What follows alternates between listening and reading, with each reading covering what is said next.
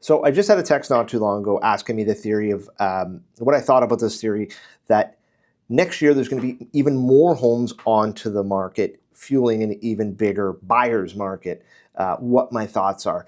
Well, really, what I actually think, and I'm not predicting nothing, is the inventory is not bad right now. There's just a lot of buyers sitting on the fence. But why were they not sitting on the fence before? Well, if you look at 2020, 2021, look at some of the headlines here. You know, spring freeze, pandemic spring freeze, followed by summer fall surge. You know, record pricing. They crushed earlier records in 2021.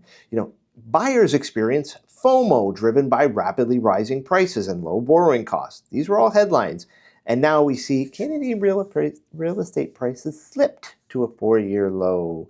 Canadian condo prices dropped for 19 straight months. So we had positive and, oh my goodness, get into this market, and then negative. Now we're just hit with negative real estate headlines. So sensationalized on both ends.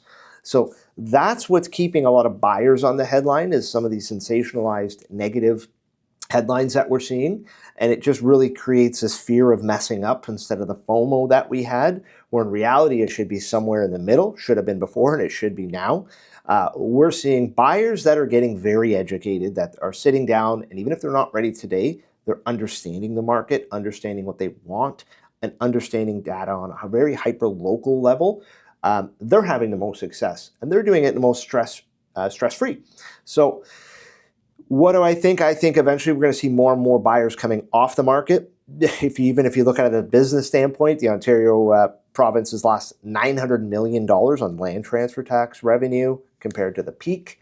That's a lot of money lost. I don't think they're going to want to continue running that low of a deficit on land transfer tax revenue. So I wouldn't be surprised if we start to see headlines turning a little bit more, being a little bit more positive. And that plays into buyer confidence, and buyer psychology brings more and more people out into the market. So long story short, try not to listen to headlines.